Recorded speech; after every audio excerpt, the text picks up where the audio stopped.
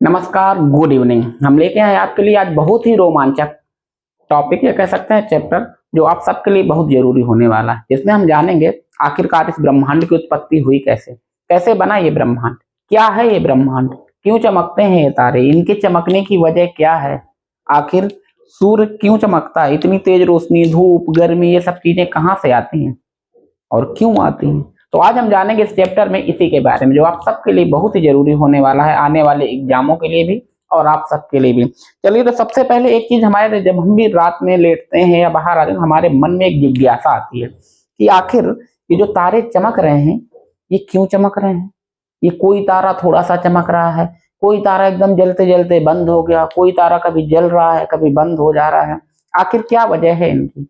इन सब के बारे में आज हम जानेंगे। तो इस अगर आप ये सब चीजें जानना चाहते हैं कि टूटता हुआ तारा क्या है, तारे का बंद हो रहा है, तारा फिर जल रहा है फिर बंद हो रहा है, इसकी वजह क्या है, तो इन सारे तारों को जानना चाहते हैं तो जुड़े रहिए अपनी ये पाठशाला के साथ और आखिरी तक इस वीडियो को जरूर देखिए। तो सबसे पहले हम जाने कि आखिरकार ये ब्रह्मांड ब्रह्मांड जो बोलते रहते हैं, ये ब्रह्मांड है क्या। जो हम बोलते रहते हैं ब्रह्मांड ब्रह्मांड, तो आखिरकार ये है क्या ब्रह्मांड, क्या है ब्रह्मांड। तो सबसे पहले तो ब्रह्मांड को ही जाने कि ब्रह्मांड क्या है। ब्रह्मांड के बारे में अगर बात करें तो ब्रह्मांड वो है जो हम रात में जब छत में निकलते हैं और आसमान पे जितना जो कुछ दिखाई दे रहा है वो सब क्या है, ब्रह्मांड है। बात समझ, जितने तारे चमकते हुए दिखाई रहे हैं, जितना जो कुछ दिखाई दे रहा है वो सब क्या है, ब्रह्मांड है। अब इस ब्रह्मांड की उत्पत्ति कैसे हुई, तो ब्रह्मांड की उत्पत्ति के लिए बहुत सारे सिद्धांत दिए गए। ऐसा नहीं कि एक सिद्धांत आया और ब्रह्मांड की उत्पत्ति हो गई। अगर शुरुआत की बात करें ब्रह्मांड की, तो शुरुआत की बात करें तो शुरुआत में जब समय था अरस्तु का, प्लेटो का, तो उस समय पृथ्वी केंद्र पर कल्पना चलती थी, यानी पृथ्वी को केंद्र माना जा रहा था। पृथ्वी को केंद्र क्यों, कि पृथ्वी केंद्र पर है। पृथ्वी केंद्र पर होने के साथ साथ ही हो क्या रहा है कि जैसे जैसे पृथ्वी, हमारे जो सूर्य है वो पृथ्वी का चक्कर लगा रहा है, यानी जो सूर्य है वो किसके चक्कर लगा रहा है, हमारी पृथ्वी के। ये था पृथ्वी, यानी पृथ्वी को ही ब्रह्मांड का केंद्र माना गया कि केंद्र पर कौन है, पृथ्वी है, और सारे ग्रह, सारे नक्षत्र, सारे तारे हमारी पृथ्वी की परिक्रमा लगा रहे हैं। जिसको मानने वाले थे प्रमुख अरस्तु थे, प्लेटो थे, और भी कई विद्वान थे जो इस बस परिकल्पना को मानते थे। अगर बात की जाए कि पृथ्वी को गोल किसने बताया, कि मतलब पृथ्वी हमारी कैसी गोल है, तो सबसे पहले पृथ्वी को गोल बताने वाला जो व्यक्ति था उसका नाम था अरस्तु।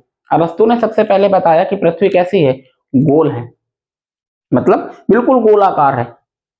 क्यों, ऐसा क्यों समझे, क्योंकि जब समुद्र में यात्रा करते तो कुछ देर बाद वो व्यक्ति दिखाई देना बंद हो जाता था। अब जब बंद हो जाता तब पता चला कि कोई चीज अगर सीधी है तो दिखती रहेगी, अगर तिरछी है तो आगे जाके क्या होगा, दिखना बंद हो जाती है। आप भी अगर गौर करेंगे रोड कितना भी सीधा हो, लेकिन कुछ किलोमीटर के बाद कोई भी व्यक्ति आता जाता हुआ दिखाई नहीं देता और धीरे धीरे करके दिखाई देता है। चलिए हम पहले अपने टॉपिक पे आते हैं। ब्रह्मांड क्या था। ब्रह्मांड के बाद एक शब्द आप और सुनते होंगे, पहली चीज तो ब्रह्मांड, दूसरी चीज एक शब्द आती होगी आकाशगंगा। आकाशगंगा के बाद बात आती है तारा, तारा के बाद ग्रह, और ग्रह के बाद उपग्रह। ब्रह्मांड के बारे में बताया कि ब्रह्मांड क्या है, यानी जितना जो कुछ हमें दिखाई दे रहा है वो सब क्या है, ब्रह्मांड है। ऊपर आसमान में जब भी देखते, जब दिन में या रात में जो भी दिखाई देता है वो सब कहाँ पे, ब्रह्मांड में। जितना तारा दिखाई दे रहा है सब ब्रह्मांड है। आकाशगंगा क्या है, आकाशगंगा की बात करें कि हजारों लाखों अरबों तारों का समूह जो होता है उन सबको मिलाकर जो बनता है उसे हम क्या कहते हैं, आकाशगंगा। उन्हीं आकाशगंगाओं के लाखों हजारों तारों के जो आकाशगंगाओं का समूह है उन्हीं से क्या बना, हमारा ब्रह्मांड। देखिए पहले हम बात कर रहे हैं कि ब्रह्मांड क्या है। ब्रह्मांड कह रहे हैं अरबों आकाशगंगाओं का, अरबों की संख्या में अरबों आकाशगंगाओं के समूह को हम क्या कह रहे हैं, ब्रह्मांड। अब आकाशगंगा क्या है, तो आकाशगंगा हम कह देंगे अरबों तारों का समूह, हजारों लाखों अरबों तारों का जो समूह है वो क्या है, हमारी आकाशगंगा। अरबों लाखों तारों का समूह कैसे, जैसे आप एक तारा, आपको एक तारा तो नजर आता है ना, दिन में भी नजर आता होगा। आप लोग कहते हैं कहां से नजर आता है, तो नजर आता है सूर्य। सूर्य आपको हमेशा दिखाई देता होगा दिन में, तो वो भी एक क्या है, तारा। यानी हमारे पृथ्वी, हमारे सबसे नजदीकी तारा कौन है, सूर्य है। ठीक है, सबसे नजदीकी तारा हमारा सूर्य। ऐसे सूर्य के जैसे अरबों तारे हैं, इन अरबों तारों से मिलकर बनती है एक आकाशगंगा। बात समझे कि अरबों तारों से मिलकर बनी एक आकाशगंगा। ठीक, अब आप कहेंगे सर ये आकाशगंगा क्यों कहते हैं। आकाशगंगा देखो, पहले जब गंगा नदी थी तो ऐसे नहीं थी, सांप थी, सांप थी जो सफेद दिखती थी, सफेद दिखती थी। और सफेद दिखने के साथ साथ जब बाद में अंतरिक्ष में लोगों ने देखा, ब्रह्मांड में देखा, तो एक ऊपर सफेद लाइन नजर आती थी तारों की। और वो कैसे दिखती थी? सर्पिलाकार, जैसे हमारी आकाशगंगा वो कैसी है? सर्पिलाकार। सर्पिलाकार का मतलब समझते हैं यार? स्पाइरल, जैसे आप लोग बेंडिंग कराते हैं कॉपी में तो ऐसे ऐसे होती है। सर्पिलाकार का मतलब इस प्रकार से, जैसे सर्प घुंडी लगा के बैठता, वही क्या है? सर्पिलाकार। तो हमारी आकाशगंगा, अब सोचिए इसमें अरबों तारे हैं। इस आकाशगंगा में क्या है? ये हमारी आकाशगंगा है और इसमें अरबों की संख्या में तारे हैं। आकाशगंगा में हमारी अरबों की संख्या में तारे हो गए। और इसी आकाशगंगाओं से, ऐसी ही अरबों की संख्या वाले तारों से, कई अरब इस प्रकार की आकाशगंगाओं से मिलकर बना है आपका ब्रह्मांड। यानी अरबों आकाशगंगाओं से मिलकर क्या बना है? ब्रह्मांड। अब बात आती है तारे की। इन चीजों को तो समझो कि तारा क्या है। तारा किसे कहते हैं? तारा जिसके स्वयं का प्रकाश हो, स्वयं की ऊर्जा हो, जो अपने प्रकाश से खुद चमकता हो, यानी खुद की ऊर्जा हो और खुद का प्रकाश, उसे हम क्या कहते हैं? तारा कहते हैं। जैसे स्टार, अंग्रेजी में इसको क्या बोलते हैं? अंग्रेजी में बात करें तो इसको बोलते हैं हम स्टार। ठीक, स्टार जैसे फिल्मी स्टार, क्रिकेट स्टार, या इस प्रकार के कई सारे जिनको जो बहुत अच्छा होता है, ये तो स्टार है, कॉलेज का स्टार है, हमारी टीम का स्टार बल्लेबाज है। यानी उसको आप सिर्फ उसके नाम से जान रहे हैं, उसके पिता के नाम से, माता के नाम से, उसके गांव के नाम से, इस नाम से आप नहीं जान रहे, तो उसको हम क्या बोलते हैं? स्टार, क्योंकि वो अपने आप से जाना गया। जैसे मान लीजिए कि आज हम बात कर दें किसी बहुत बड़े कलाकार, जैसे बात करें आमिर खान की, बात करें सलमान खान की, क्या इनके आप पिता का या माता का नाम जानते हैं? तो कहेंगे नहीं सर, नहीं जानते हैं। क्यों नहीं जानते? क्योंकि जरूरत ही नहीं, क्योंकि उसने खुद इतने काम किए, इतना काम कमाया, फिर नाम कमाया फिल्म इंडस्ट्री में, कि वो खुद के नाम से जाना गया। सोचिए उनको भी स्टार कह दिया गया। ऐसा नहीं कुछ चमक रहा है, चमक, यानी चमक कैसे रहे कि वो हजारों की भीड़ में भी आप लोग उनको देख लेंगे तो कहेंगे अरे वो आमिर खान जरा जा रहे हैं मिलने एक बार। क्रिकेटर कोई भी, उसको भी कहते हैं स्टार। कोई भी प्लेयर हो, हॉकी प्लेयर हो, किसी भी प्रकार का, तो हम उसको स्टार कहते हैं। क्यों? क्योंकि वो अपने नाम से अपनी पहचान बना के जाता। अगर आप अपने गांव में कोई यूपीएससी या आईएएस क्रॉस करेंगे तो आप अपने गांव के लिए एक स्टार होंगे, वो कहेंगे वो हमारे गांव का स्टार है भैया। तो फिर आपके पिता को आपके नाम से जाना जाएगा, आपको आपके पिता के नाम से नहीं जाना जाएगा। अभी आप अपना परिचय बताते हो ना कि मैं फलाने का बेटा हूँ, मैं, मेरी मम्मी मायके में जाते होंगे तो आप माँ के नाम से जाने जाते होंगे, मायके में। जब मामा के यहाँ जाते होंगे तो कहते हैं मैं अपनी इनका बेटा हूँ, अपनी माँ का नाम बताते होंगे। जब यहाँ रहते होंगे गाँव में तो अपने पिता का नाम। अगर आप कुछ ऐसा काम कर जाए जिससे क्या हो कि आप अपने ही नाम से जाने लगे, तो फिर आपको पिता के नाम को बताने की जरूरत नहीं पड़ेगी। तो स्टार का मतलब क्या होता है? जिनकी स्वयं की ऊर्जा हो, स्वयं का प्रकाश हो, वो होते हैं तारे। ग्रह, उपग्रह क्या होते हैं? जो तारों की परिक्रमा करते हैं निश्चित कक्षा और निश्चित समय में, उसे हम क्या कह देते हैं? ग्रह कह देते हैं। उपग्रह क्या कह देते हैं? उपग्रह उन्हें कहते हैं जो ग्रहों की परिक्रमा करते हैं। इसके पहले हम आगे कुछ जाने, हमें जानना है तारे के बारे में कि तारों का निर्माण कैसे हुआ। ठीक है, तो चलिए, ये तो आकाशगंगा हो गई। अब हमें पढ़ना है विस्तार से किसके बारे में? तारा के बारे में, कि तारे का निर्माण कैसे होता है, कैसे बने तारे।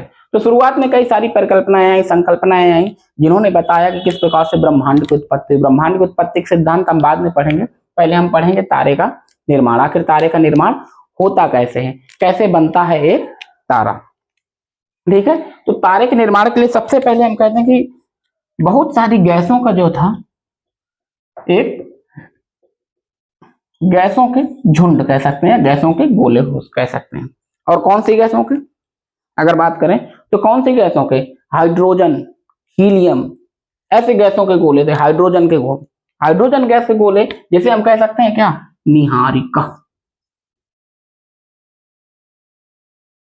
और यही हाइड्रोजन गैस के गोले आगे चल के जब नाभिकीय संलयन करते हैं, नाभिकीय संलयन मतलब क्या होता है?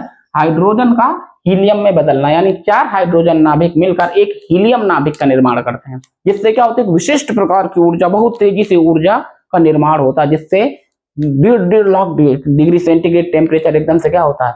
बढ़ जाता है। अब यहाँ पे क्या हो जाता है? हम कहते हैं अभी यहाँ पे तारे नहीं, किसी भी तारे के निर्माण के लिए एक बार फिर से इसको देखते हैं। चलिए, हमने कह दिया कि गैसों का पुंज था। इसमें से एक कण होता है जिसे हम कहते हैं मूल कण। क्या कहते हैं? मूल कण। एक दूसरा कण होता है जिसे हम कहते हैं प्रतिकण। एक होता है मूल कण और एक होता है प्रतिकण। जो मूल कण होता है वो प्रतिकणों को अपनी ओर आकर्षित करता है। अब जब अपनी ओर ये इनको आकर्षित करेगा, आकर्षित करने में क्या होगा? धीरे धीरे करके मूल कण बड़ा होगा। अब जब ये मूल कण बड़ा होता जाएगा, इसका घनत्व एकदम से बढ़ता जाएगा, और एक समय पे आके घनत्व इतना बढ़ जाएगा, इसमें क्या हो जाएगा, विस्फोट हो जाएगा।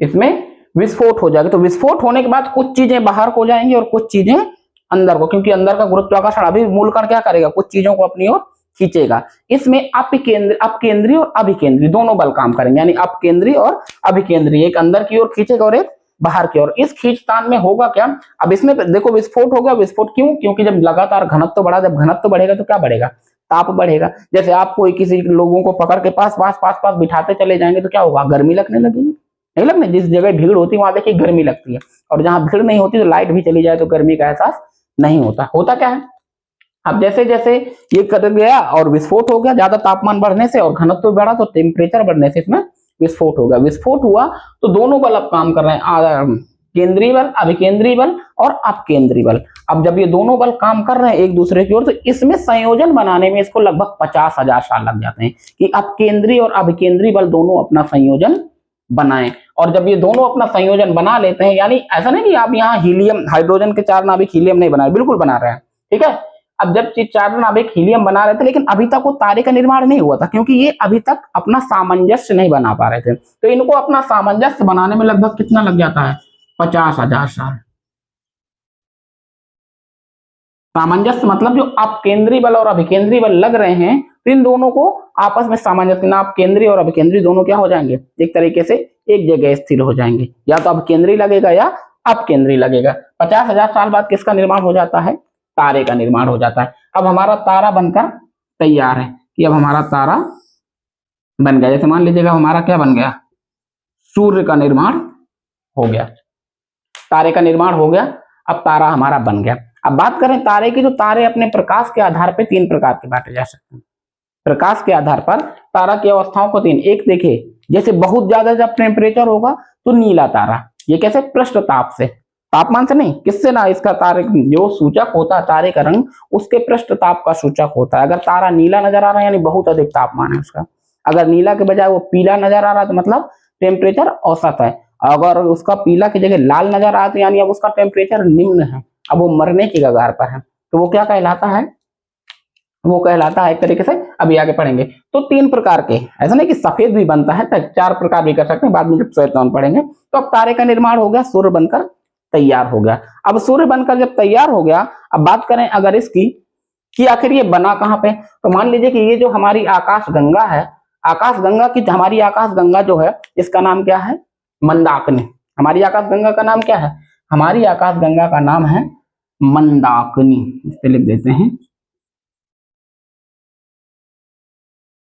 मंदाकिनी, दुग्ध गंगा, या इसी को इंग्लिश में कहते हैं मिल्की वे, हमारी आकाश गंगा का नाम है। कैसी है, यानी सर्पिलाकार है, सर्पिलाकार आकाश गंगा। इसकी 3 भुजाएं हैं, आप 3 भुजा देख रहे होंगे इस प्रकार से, 1 2 3 भुजा देख रहे हैं। इसमें जो बाहर की भुजा होती है, जैसे हम कहते हैं परसियस भुजा, जो सबसे बाहर की भुजा होती है इसका नाम होता है परसियस,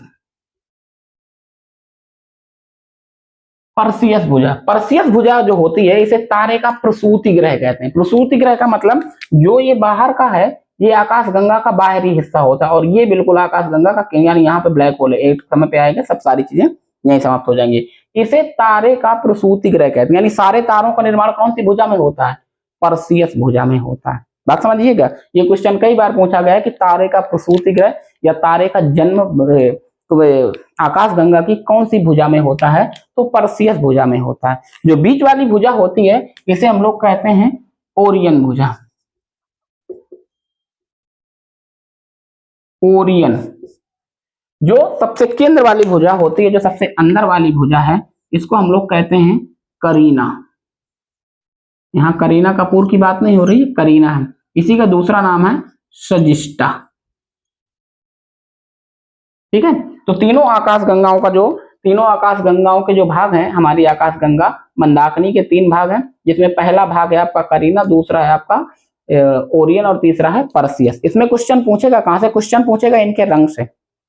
जो परसियस भुजा है इसका रंग होता है नीला, इसका रंग कैसा है, नीला। जो ओरियन भुजा है इसका रंग कैसा है, नारंगी। ठीक, और जो आपकी करीना भुजा है इसका रंग कैसा है? इसका रंग है आपका, जो करीना भुजा है इसका रंग है आपका नारंगी का गुलाबी। कैसा हो गया इसका? गुलाबी। बात समझ में आ रही है? हमारी आकाशगंगा का नाम क्या है? मंदाकिनी, या इंग्लिश में कह देंगे मिल्की वे या आकाशगंगा। आकाश की गंगा, बताया ना कि नीचे वैसा ही सफेद बहता था उसका गंगा, उस वजह से उसे आकाशगंगा कहा जाने लगा। मिल्की वे दूध गंगा, दूध की तरीके दिखती है इसलिए दूध गंगा या मिल्की वे कह सकते हैं इसको। इसकी 3 भुजाएं हैं, इसको ध्यान रखिएगा, करीना, ओरियन और पर्सियस। करीना का रंग कैसा है? गुलाबी है। ओरियन का रंग कैसा है? नारंगी है। और पर्सियस का रंग कैसा है? नीला है। ये चीजें याद रखनी है। और इसी पर्सियस भुजा से निर्माण किसका हुआ? हमारे सौरमंडल का। आज से अगर बात करें तो कहते हैं ब्रह्मांड आज से 15 बिलियन साल पहले बन गया, यानी 15 अरब साल पहले बन गया। उसके 10.5 अरब साल बाद, यानी जब ब्रह्मांड बन चुका उसके 10.5 अरब साल बाद, यानी ब्रह्मांड का निर्माण कब हुआ? 15 अरब साल पहले। 15 अरब साल पहले ब्रह्मांड की उत्पत्ति हुई।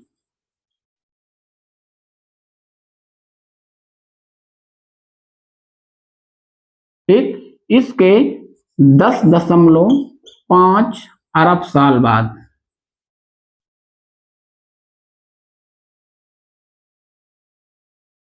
किसकी उत्पत्ति हुई? 10.5 अरब साल बाद उत्पत्ति हुई हमारे सौरमंडल की।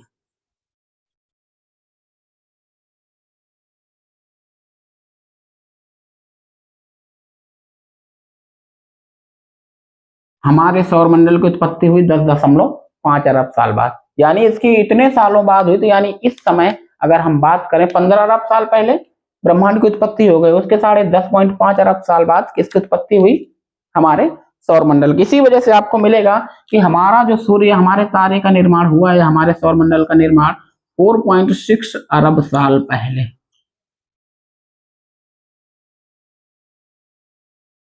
अरब साल पहले 4.6 अरब साल पहले किसकी उत्पत्ति हुई? हमारे ब्रह्मांड की उत्पत्ति हुई। बात समझ में आ रही है? ठीक है, इतना हो गया। इसके बाद अगर आप देखेंगे तो अब हमारा सूर्य का निर्माण कब हुआ? 4.6 अरब साल पहले। जब 4.6 अरब साल पहले जब इसका निर्माण हुआ तो इसमें सबसे पहले बात आती है कि इसमें किसकी कितनी मात्रा है। तो ये किन चीजों से बना? हाइड्रोजन और हीलियम से। इसका ईंधन क्या है? सूर्य का जो ईंधन है वो क्या है? हाइड्रोजन। दूसरा क्या है? हीलियम। जो हाइड्रोजन के नाभिक है वो किस में बदल रहा है? हीलियम में बदल रहा है। इसमें हाइड्रोजन की मात्रा है कितनी? 71%। ये भी आप याद रखिएगा, इसमें हाइड्रोजन की मात्रा कितनी है? 71%। और हीलियम की मात्रा है 26.5%। और जो अन्य तत्व पाए जाते हैं, जो अन्य गैसें पाई जाती हैं, वो हैं 2.5%। ये है सूर्य के निर्माण के लिए कि सूर्य का निर्माण जो हुआ उसमें जो सूर्य के अंदर है, सूर्य में 71% हाइड्रोजन है, 26.5% हीलियम है और 2.5% अन्य गैसें पाई जाती हैं। इतना क्लियर है? ठीक है। इसके बाद अगर हम बात करें आगे की, सूर्य जब बन गया तो सूर्य के बाद और क्या क्या चीजें होंगी। यानी सूर्य तो बन गया, अब इस तारे की क्या कभी कितना पुराना हो गया? 4.6 अरब साल पुराना। मतलब सूर्य की उम्र हमारी कितनी है? 4.6 अरब, यानी 460 करोड़ साल पुराना है हमारा सूर्य। अब इसकी उम्र कितनी है? लगभग 540 वर्ष नहीं, 540 अरब साल। सूर्य की पूरी उम्र कहते हैं कि लगभग 10 अरब साल है, 10 अरब साल तक चलेगा। ठीक है।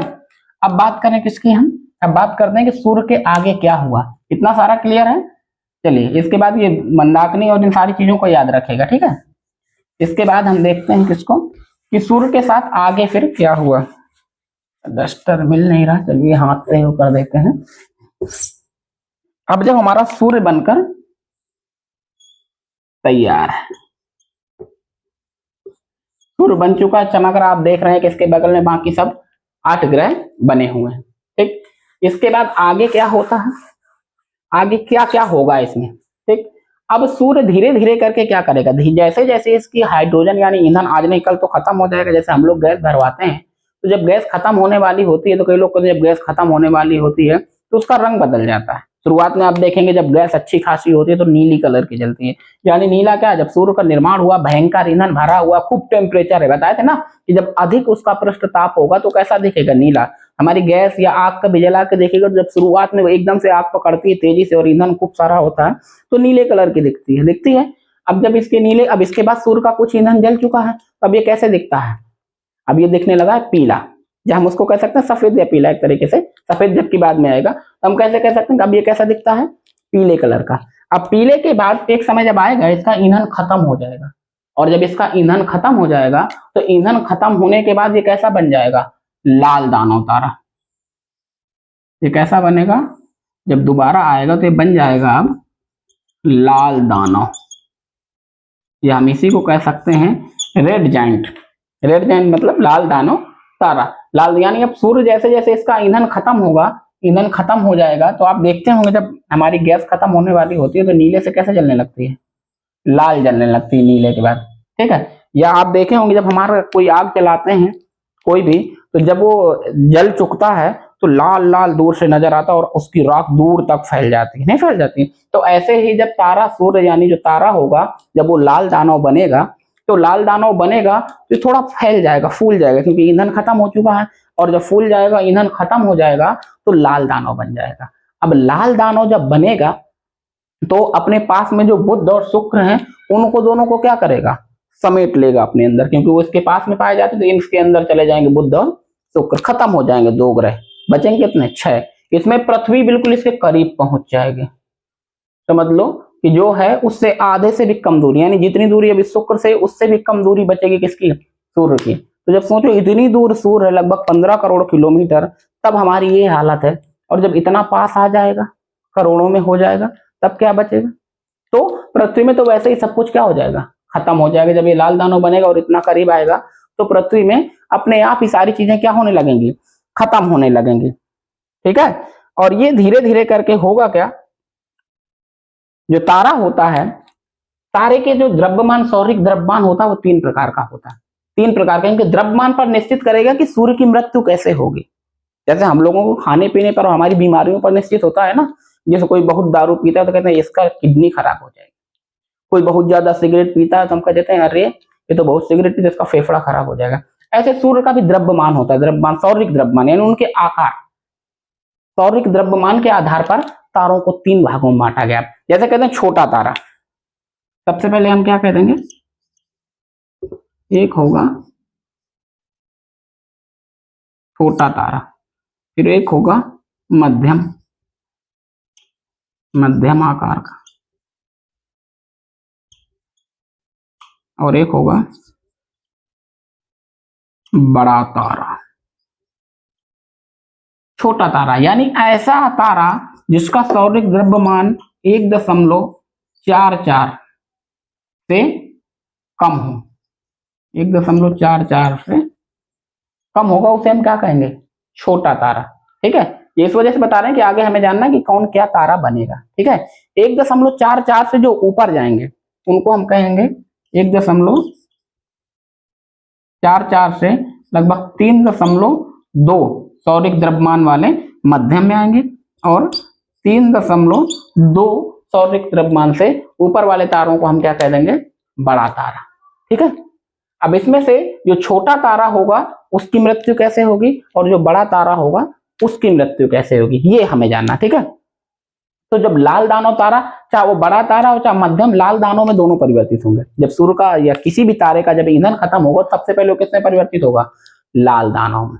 अब जब आग आप देखते होंगे जब जल जाती है तो जलने के बाद जो उसकी राख होती है दूर से कैसे दिखाई देती है, सफेद दिखाई देती है, और वो जो फूली हुई आग होती है जब जल जाती है तो कैसी होती है, सिकुड़ जाती है। बात समझ में आ रही है।